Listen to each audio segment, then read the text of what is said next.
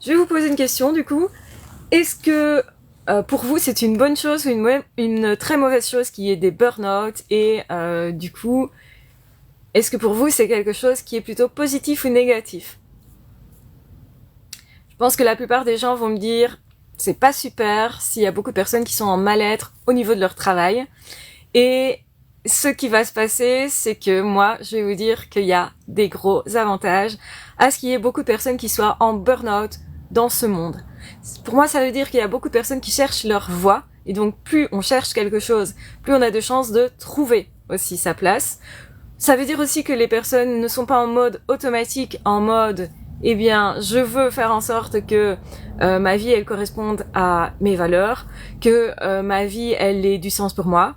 Donc, du coup, effectivement, on a beaucoup de personnes qui vont commencer à se poser des questions. Est-ce que c'est vraiment ça que je dois faire de ma vie? Est-ce que c'est vraiment là que je veux travailler? Est-ce que c'est vraiment avec ces personnes-là? Est-ce que c'est vraiment comme ça, par exemple? Donc, pour moi, c'est une bonne chose qu'il y ait des personnes qui aient approché le burn-out parce qu'on ne va pas parfois jusqu'au bout et donc on change parfois d'orientation professionnelle parce qu'on ressent que ça ne vibre plus pour nous. Bonjour Miellou, bonjour à toi, j'espère que tu vas bien. Donc je posais la question, est-ce que c'est une bonne chose ou une mauvaise chose qu'il y ait des burn-out? Et selon moi, parce que j'aime bien évidemment de prendre le contre-pied de ce qu'on pense être d'habitude, selon moi, avoir dans un monde des gens qui se posent des questions sur leur vie professionnelle et peut-être pas que professionnelle, ça peut être une très bonne chose parce que ça permet plus d'épanouissement. Donc les personnes qui se posent des questions, effectivement, vont traverser parfois des périodes moins faciles, des périodes de doute, mais en fait, merci. Moi, je suis contente que tu ailles bien, Miellou. Donc, les personnes qui traversent des périodes de doute, effectivement, c'est compliqué pour elles, mais se poser des vraies questions avec est-ce que ça me correspond vraiment, pour moi, c'est un gage de réussite professionnelle parce qu'on va plus facilement s'épanouir par nos choix. Et parfois on fait de mauvais choix parce qu'on ne choisit pas vraiment. En fait, on se dit bon ben voilà, j'ai eu une occasion là, je l'ai juste prise, mais derrière je me pose pas la question est-ce que ça m'épanouit. Donc il y a beaucoup de personnes qui maintenant se posent la question est-ce que ça m'épanouit, est-ce que ça a du sens, est-ce que c'est vraiment ça que je veux faire. Aussi parce que la génération précédente a prouvé que travailler pour travailler n'était pas quelque chose qui rendait heureux, que beaucoup de personnes vont émettre justement des regrets sur le fait qu'ils n'ont pas profité suffisamment de leur vie.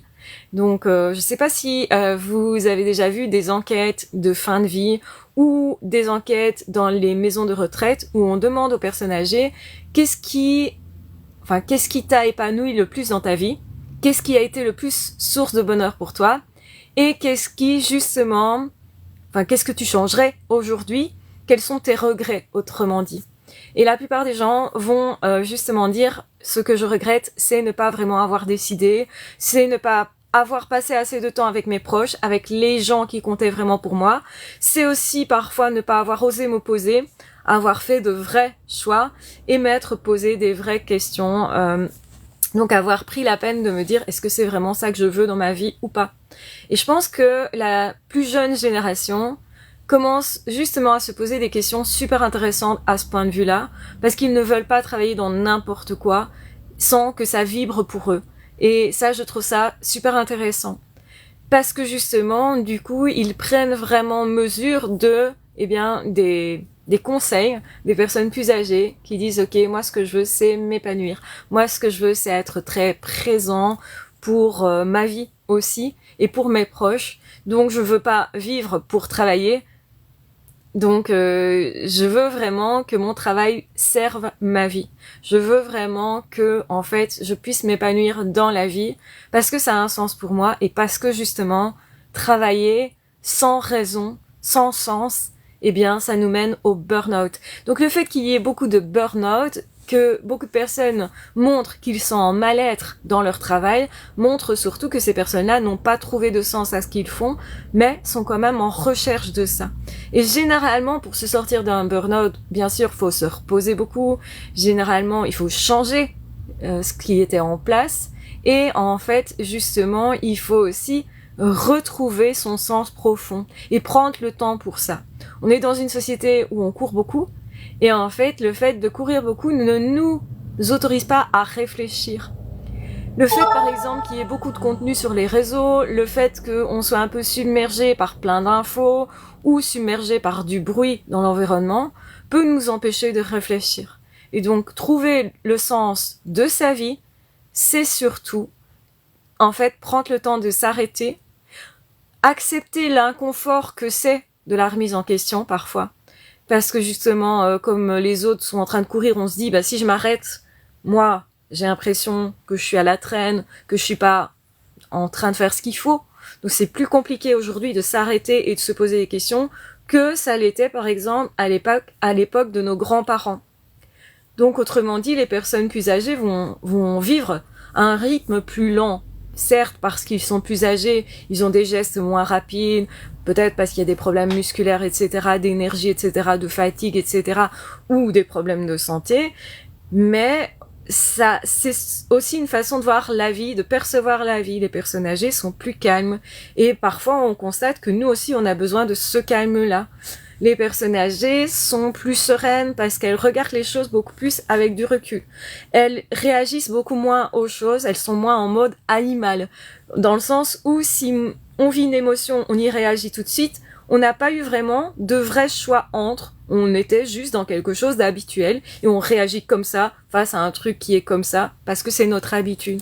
Alors que les personnes âgées, la plupart du temps, elles prennent le temps de se dire « Attends, je ne réagis pas tout de suite, je vais prendre du recul, réfléchir à ce qui se passe, réfléchir à pourquoi je ressens telle émotion et puis ensuite seulement me dire voilà comment je veux moi réagir. Et peut-être que l'action qu'on va mettre en place est la même que celle qu'on aurait eue automatiquement. Sauf que ça demande des efforts de se poser, de réfléchir, parce que c'est pas un automatisme justement. Les automatismes, ils sont là, ils ont un but, c'est de nous faire l'économie justement de la réflexion et surtout faire en sorte que ça soit hyper rapide.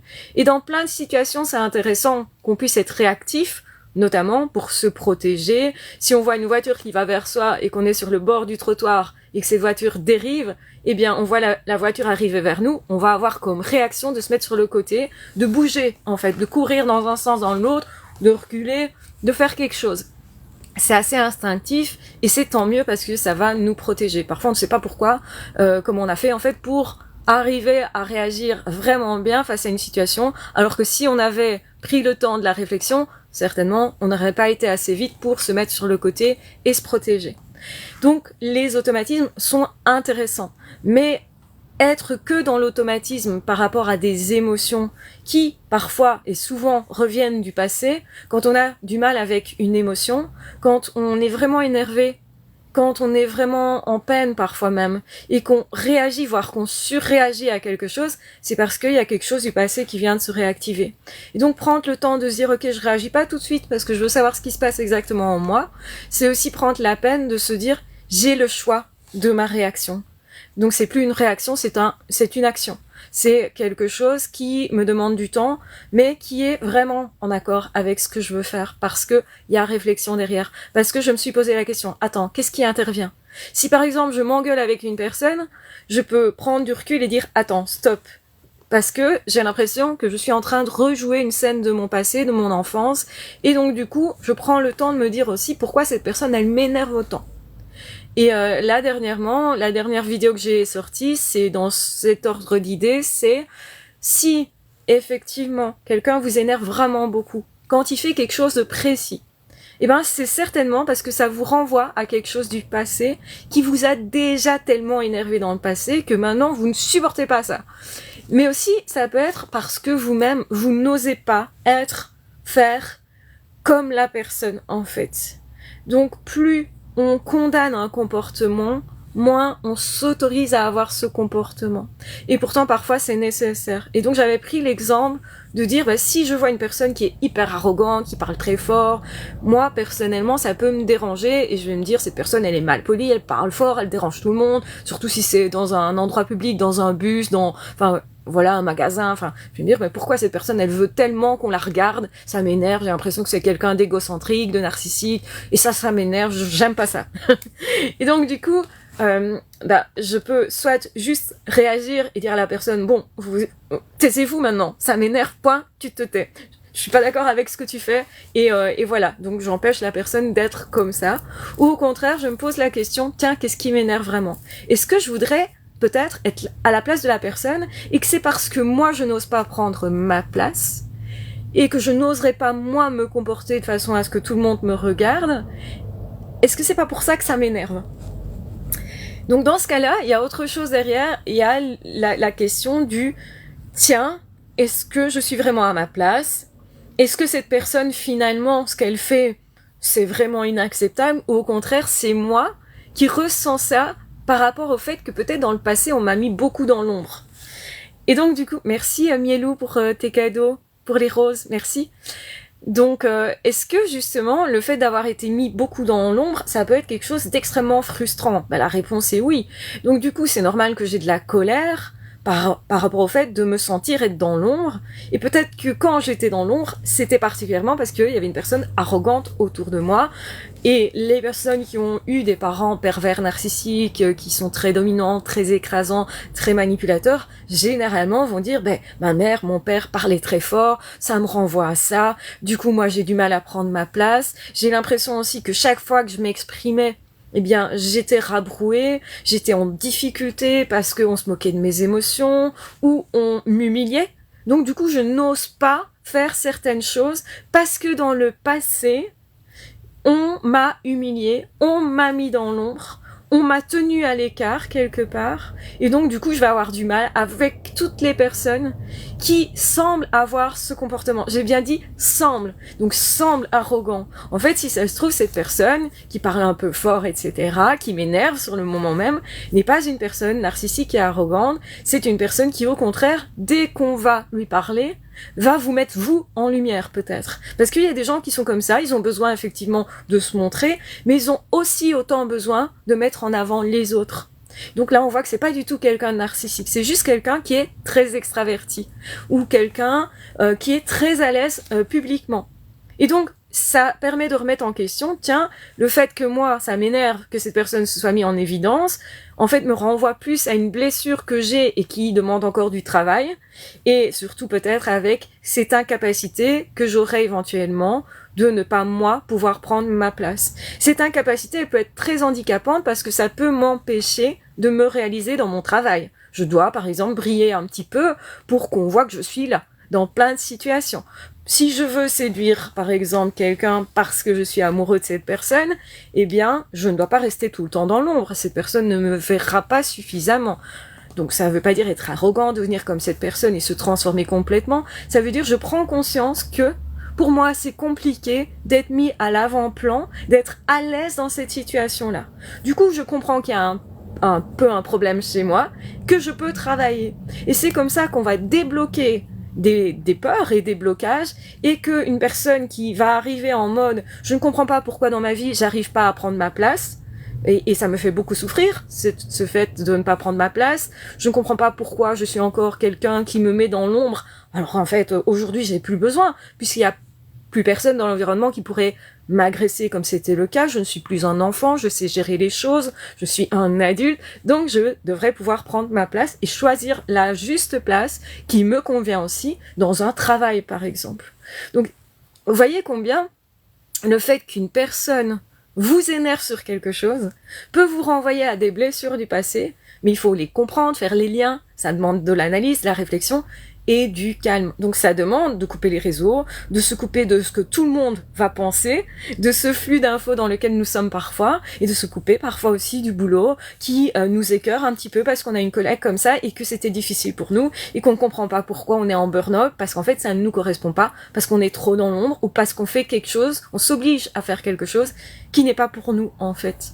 Et donc effectivement un burn-out c'est une chance extrême de se remettre en question, mais aussi de se comprendre, de se redécouvrir et surtout de mettre en place finalement à terme, parce que ça demande tout un chemin, à terme de mettre dans notre vie quelque chose qui est plus intéressant pour nous, qui va nous permettre de nous épanouir, à condition, et c'est vraiment une grosse condition, à condition qu'à la base on s'autorise à être nous, on s'autorise à vouloir se réaliser. On s'autorise à vouloir être heureux. Et vous n'imaginez pas combien de personnes, il y en a énormément, qui ne s'autorisent pas intérieurement à être heureux, à faire ce qu'ils ont envie de faire, à essayer juste quelque chose. Alors bien sûr que si vous essayez, vous ne réussirez pas, et peut-être pas tout de suite, et que les gens généralement qui réussissent sont des personnes qui arrivent à croire en leurs rêves, et donc aussi en eux-mêmes, en leurs projets, en leurs décisions, et que en fait, si vous n'avez pas suffisamment confiance en vous, très probablement, vous aurez beaucoup de galères pour arriver à des résultats dans votre vie. Et en réalité, si vous n'avez pas confiance en vous, ça peut venir de blessures, comme le fait d'avoir été mis dans l'ombre, humilié, dégradé, pas valorisé durant l'enfance, l'adolescence. Et donc en fait, beaucoup de nos blessures vont donner des peurs, et si vous ne prenez pas conscience de ces peurs-là, que vous ne défaites pas ces peurs-là en travaillant dessus, vous n'aurez pas les résultats que vous souhaitez dans votre vie. Et c'est assez étonnant de voir combien tout est lié.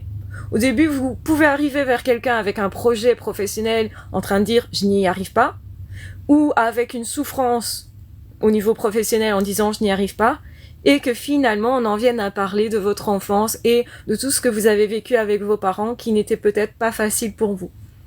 Et donc il va falloir faire deux choses par rapport à ce qui n'est pas facile dans votre passé. Parce que peut-être vous connaissez très bien votre passé et vous n'avez pas du tout envie de reparler de vos parents, de cette situation, parce que repenser à ça, c'est pas sympa pour vous, ça vous rend triste, ça vous rend nerveux ou en colère, et c'est pas des émotions que vous avez envie de vivre.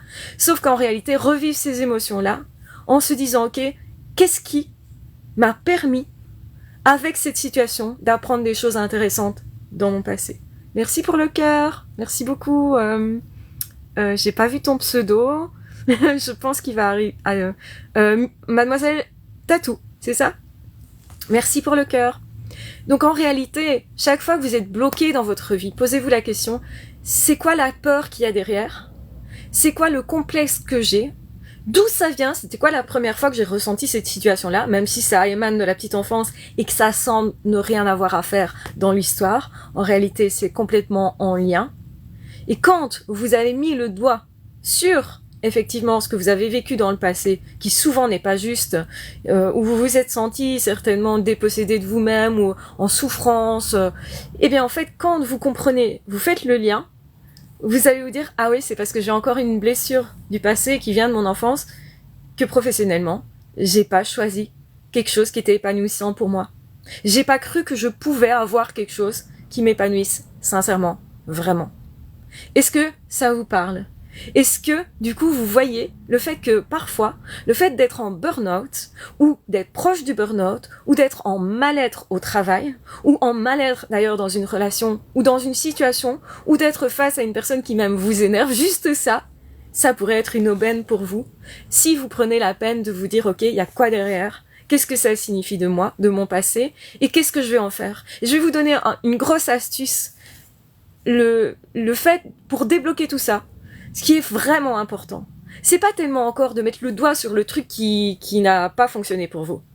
C'est encore plus, c'est de se dire, de regarder la situation en se disant, ok, voilà comment ça a impacté ma vie négativement, mais est-ce que je peux trouver des avantages à avoir vécu ça?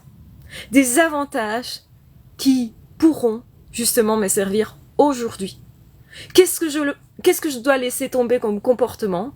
Merci Sana pour le cœur. Donc, qu'est-ce qui doit vraiment changer dans ma vie? Donc, quel est le comportement ou la pensée que j'ai systématiquement quand je fais quelque chose? Par exemple, me mettre en public. Il y a plein de gens qui n'osent pas prendre la parole en public. C'est une des peurs les plus courantes. Pourtant, dans bien des situations, vous aurez besoin de cette attitude de vous mettre en avant. Ce n'est pas égocentrique, c'est juste vous avez quelque chose à partager, partagez-le. Acceptez à certains moments, que ce soit dans le travail, que ce soit sentimentalement, que ce soit par rapport à vos amis, votre famille, de faire porter votre voix, de dire ce que vous ressentez, de dire votre message, d'y aller malgré le fait que vous avez peur, parce que pour vous, vous jugez ce comportement de vous mettre en avant, en fait, ou de Peut-être vous avez peur de ne pas être écouté. Peut-être que vous avez peur d'être critiqué à ce moment-là, parce que vous avez déjà vécu cette situation dans le passé. Et donc, la plupart des gens ont peur d'être humiliés, d'être critiqués, d'être écoutés même. Et une peur qu'on sous-estime souvent, c'est la peur de réussir. La peur de vraiment s'épanouir dans quelque chose qui était vraiment un projet pour nous. Parce que beaucoup de personnes pensent qu'ils n'ont pas droit de s'épanouir vraiment dans ce qu'ils font. C'est fou. C'est assez fou. Et je vous donne en mille, combien de personnes pensez-vous qui s'empêchent de vivre des choses vraiment intéressantes pour elles parce qu'ils se disent que non, la vie c'est pas ça. Que travailler c'est forcément souffrir. Que être en couple c'est forcément galérer. Que on n'a pas le droit d'être heureux partout, dans tous les domaines. Donc s'il vous plaît, si vous avez et vous repérez chez vous des pensées telles que celles-là, dites-vous, je suis pas sûre que ces pensées-là, elles sont vraies, qu'elles sont justes. Donc est-ce qu'il serait pas temps justement de laisser ces pensées-là, de les laisser tomber, pour que je puisse moi avancer. S'il y a un truc dans lequel vous faites beaucoup d'efforts, mais que vous n'avez pas de résultat, vraiment, c'est certainement parce que derrière ça, il y a un blocage. Il y a un truc qui vient du passé, qui vous empêche d'avancer, peut-être parce que, justement, vous avez peur. Et c'est pas parce qu'on a peur qu'on ne peut pas faire. L'erreur que font beaucoup de personnes, c'est de penser « j'ai peur, donc je n'y vais pas, je n'essaye pas, je ne tente pas, je ne fais rien, parce que ma peur va faire que je vais perdre mes moyens, je vais pas y arriver, ce sera pas parfait, ce sera pas comme il faut, ce sera pas suffisant. » Alors qu'en réalité, la plupart des gens qui réussissent ont tout autant peur, sauf qu'ils se disent « c'est pas parce que j'ai peur que je ne peux pas quand même tenter l'affaire. » Et même si ce n'est pas suffisant, je serai quand même de toute façon fière de moi d'avoir essayé. Et en essayant, je saurai corriger ce qui n'a pas fonctionné. Je saurai prendre leçon. Et ce sont les personnes qui essayent beaucoup de choses et qui se trompent beaucoup, qui se plantent beaucoup, qui réussissent plus que la moyenne des personnes. Et même en ayant peur. Mais en faisant quelque chose qui vous fait peur, vous aurez moins peur. Donc ça sera ensuite plus facile de retenter et de retester encore et toujours. Donc ne vous laissez pas arrêter par des peurs, ne vous laissez pas arrêter par votre passé. Le passé n'est pas votre futur. Vous pouvez très bien changer, même si jusqu'à présent ça s'est toujours reproduit, ou vous êtes toujours arrêté, vous n'avez jamais réussi en gros dans ce domaine-là. En fait, plus vous allez tester, tenter, essayer, et plus vous aurez de chances que votre avenir, justement, ne ressemble pas au passé. Trop souvent, on se dit, mon passé sera le même que mon avenir. J'ai jamais réussi à être en couple de façon épanouie, alors dans le futur, je ne serai jamais en couple de façon épanouie. Parce que moi, ça fonctionne pas avec moi. Ça, c'est une fausse idée, c'est une fausse croyance qu'il faut absolument laisser tomber et essayer de rattacher à ce qui existait jadis, à des croyances qui se sont créées durant votre enfance, mais qui ne sont pas vraies. Et tant que vous les prenez pour vraies, vous n'avancerez pas. Comment on peut travailler sur soi, sur le professionnel, sur ses relations, en fait sur toute situation, pour trouver ce qui coince, et qui, souvent, témoignent de quelque chose de franchement très intime pour nous. Et parfois, c'est ce quelque chose qu'on évite parce qu'on n'a pas envie de se confronter à ça. Et les personnes qui réagissent en mode automatique, effectivement, perdent l'occasion, en fait, de s'arrêter et de se dire « Ok, vraiment, je vais voir ce qui se passe en moi pour changer ma vie, pour m'offrir un avenir qui, justement, sera différent parce que je vais arrêter de penser ce que je pensais jadis. Parce que je vais arrêter de toujours agir de la même façon en croyant que mon avenir va changer comme ça. C'est faux. En fait, il faut parfois essayer des choses nouvelles et ça peut être un jeu pour vous de vous dire ok, aujourd'hui, j'essaye quelque chose de nouveau ou cette semaine, absolument, je fais un truc de nouveau, je vais dans un lieu nouveau. Il y a plein de personnes qui voudraient rencontrer des nouvelles personnes, avoir de nouveaux amis, avoir de nouvelles occasions, par exemple même au niveau du travail, mais qui ne changent jamais leur comportement. Vous aurez beaucoup plus de chances de rencontrer de nouvelles personnes si vous changez les endroits dans lesquels vous allez, vos comportements, c'est-à-dire vos habitudes. Tiens, je vais faire mes courses ailleurs, c'est ça que ça veut dire. Ou tiens, je vais aller dans une autre ville me promener. Et c'est comme ça qu'on rencontre de nouvelles personnes et qu'on saisit de nouvelles opportunités qui passent parce qu'on s'en donne l'occasion. Et c'est très important pour votre vie de vous donner des occasions. Merci Flore pour la rose. Donc j'espère en tout cas que ça vous parle et que ça vous motive à vous dire ok, même si je ne sais pas où je vais, même si j'ai des peurs, même si j'ai pas eu une enfance facile où on m'a encouragé, soutenu, peut-être que dans la famille, il n'y avait pas grand monde qui était là pour moi. Même avec tout ça, vous pouvez réussir, même avec tout ça, et justement parce que vous avez vécu ça, ça pourrait être une super occasion pour vous d'avoir une super belle vie parce que vous allez vous donner les occasions. Parce que votre vie, et quelles que soient vos expériences, il y a forcément quelque chose de positif quand même à en retirer, des leçons à en retirer, sans jugement aucun, pour en faire quelque chose pour votre avenir. Et pour votre présent aussi.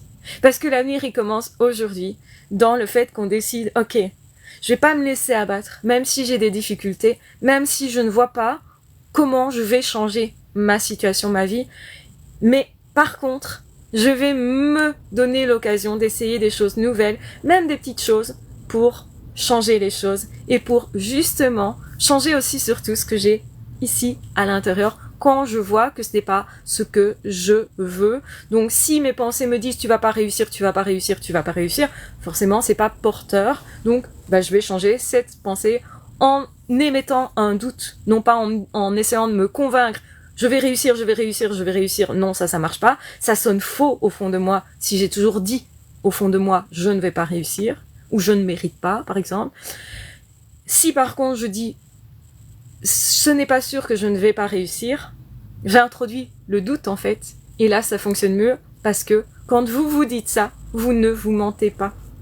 Et donc, votre esprit peut accepter pour vrai cet énoncé par rapport à l'autre qui est trop extrême. Et là, vous changez en fait votre façon de percevoir les choses. La façon dont on lit les choses et dont on les perçoit peut et est souvent déterminant pour en fait créer de nouvelles choses dans notre vie plus intéressantes pour nous et surtout plus en accord avec ce qu'on souhaite vraiment. Donc testez des choses pour savoir ce que vous souhaitez vraiment. Parfois on se trompe et c'est ok. Donc parfois, on teste un boulot, c'est pas le bon, c'est pas grave, on essaye autre chose. Parfois, effectivement, il faut tenir un petit peu le cap pour réussir dans quelque chose. Tout ne vient pas tout de suite. Et donc, effectivement, si vous ne croyez pas en un projet, forcément derrière, il n'y aura pas forcément de résultat. Parce que ça demande de la persévérance. Sachez persévérer en essayant d'y croire de plus en plus, en fait.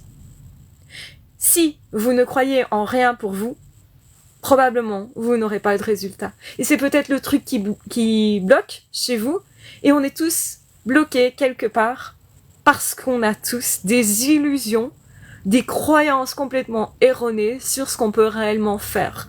La plupart des gens sont beaucoup plus, mais tellement plus capables, et moi je vois ça tous les jours, sont tellement plus capables que ce qu'ils croient, sont tellement plus beaux que ce qu'ils croient, sont tellement plus compétents ou pourraient tellement plus apprendre que ce qu'ils font en réalité. Pourquoi ils ne le font pas ? Parce qu'ils doutent d'eux-mêmes, parce qu'ils doutent que c'est possible pour eux, plutôt que de douter que ça soit impossible pour eux. Donc ils sont tellement en train de se dire c'est pas possible, c'est pas possible, c'est pas possible, qu'ils n'essayent même pas. Alors que s'ils s'essayaient un petit peu plus, eh bien ils se rendraient compte que c'est plus possible que ce qu'ils croyaient. Du coup, ils cassent cette façon de penser qui est c'est pas possible pour moi, c'est pas possible, ou c'est possible pour les autres mais pas pour moi. Ça aussi c'est un beau bullshit qu'on se raconte souvent. Vos pensées sont importantes pour réaliser vos projets, pour être épanoui dans votre vie professionnelle, tout simplement. Donc est-ce que ça vous parle ? Est-ce que vous avez des questions par rapport à ça ? Dites-moi. Si quelqu'un veut prendre la parole, il n'y a pas de souci. C'est l'occasion. Comme ça, je peux répondre à votre question. En tout cas, merci pour cette écoute J'espère que ce partage vous aura intéressé. Je le remettrai certainement en rediffusion pour que vous puissiez le réécouter. Peut-être que vous aurez besoin de réentendre tout. Peut-être que vous avez loupé une partie aussi de cet exposé, du coup. Eh bien, du coup, je mettrai ça sur ma chaîne ici dans la journée pour vous permettre de réécouter. Et n'hésitez pas à réécouter plusieurs fois parce que quand en fait vous avez besoin d'être convaincu de quelque chose, il faut de la répétition. Donc si vous avez besoin de vous encourager vous-même, si vous vous dites juste une fois sur la journée, tu vas y arriver, et toutes les autres fois, vous ne vous dites rien, ou pire, vous vous dites je n'y arriverai pas, forcément, vous ne serez pas convaincu d'y arriver. Donc il faut vraiment se répéter certaines choses et douter beaucoup des affirmations qu'on avait avant pour comprendre que on peut défaire ce qu'on pense pour justement s'autoriser à rêver plus grand, à rêver surtout que c'est possible pour nous. Même parfois on rêve de petites choses et on n'atteint pas parce qu'on croit que c'est pas possible pour nous.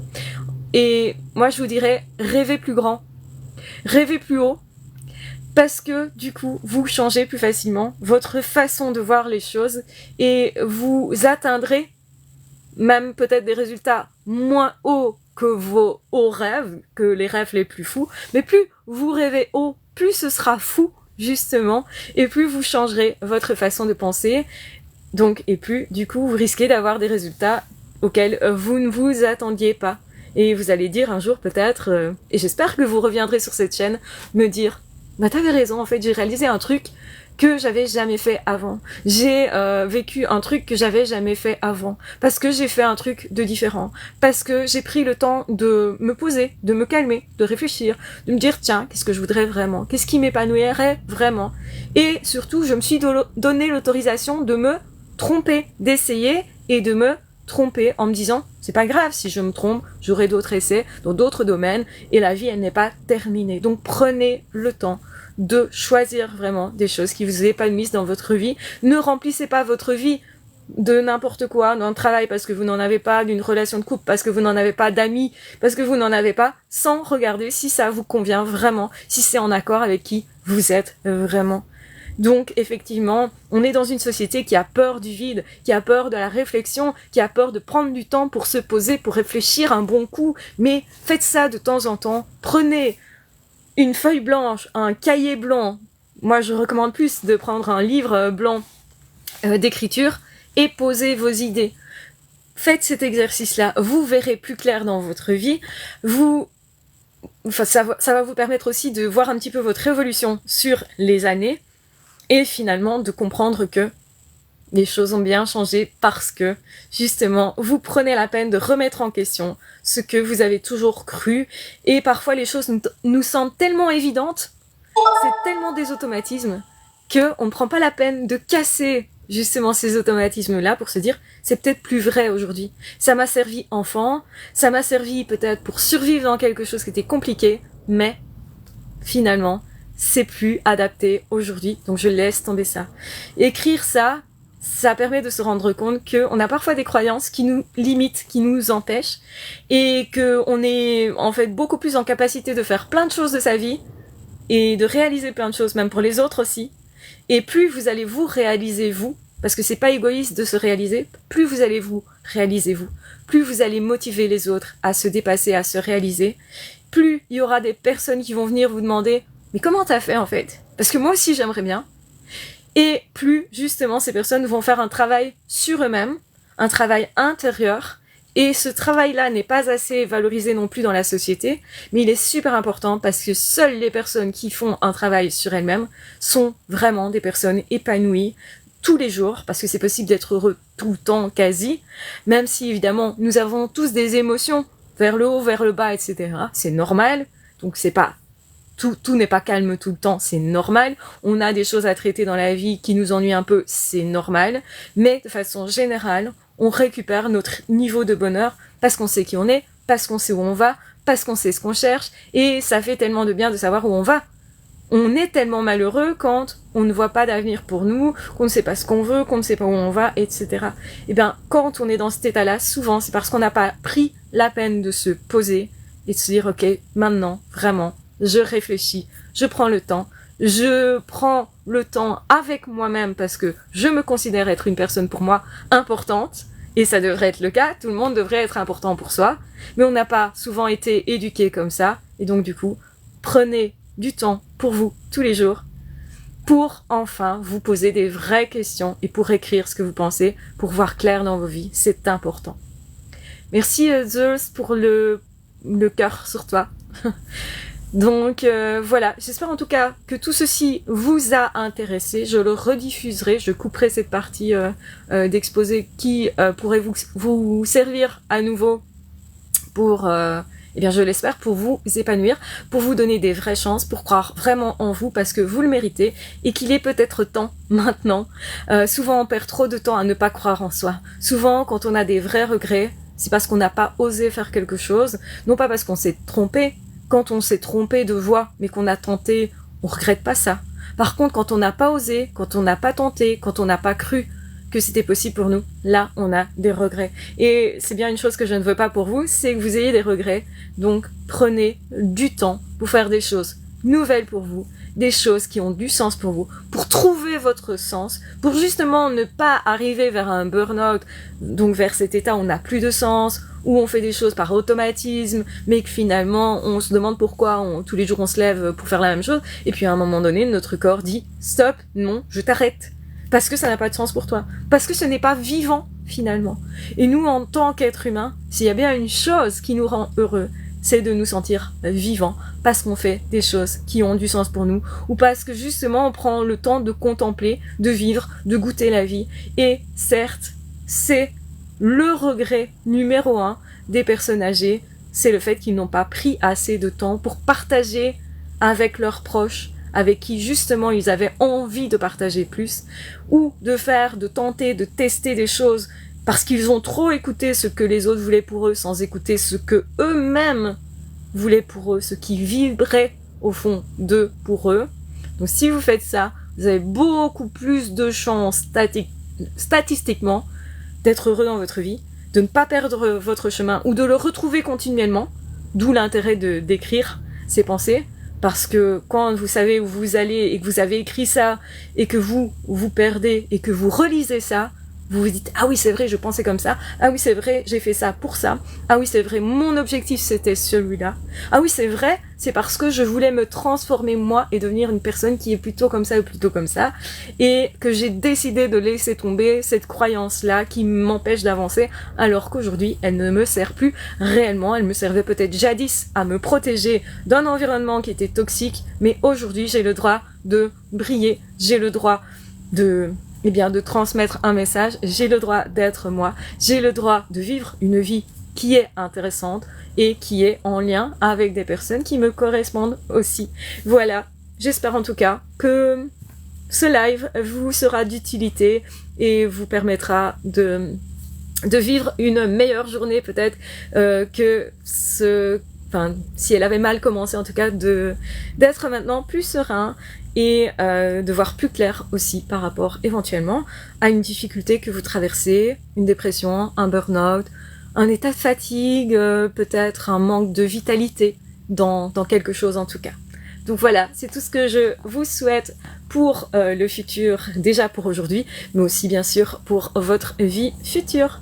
Donc si vous souhaitez revoir le live, cette partie-là, n'hésitez pas à me suivre. Comme ça, je posterai ça et vous pourrez aisément me retrouver sur les réseaux également. Donc si vous avez des questions, n'hésitez pas, je peux aussi répondre maintenant à vos questions.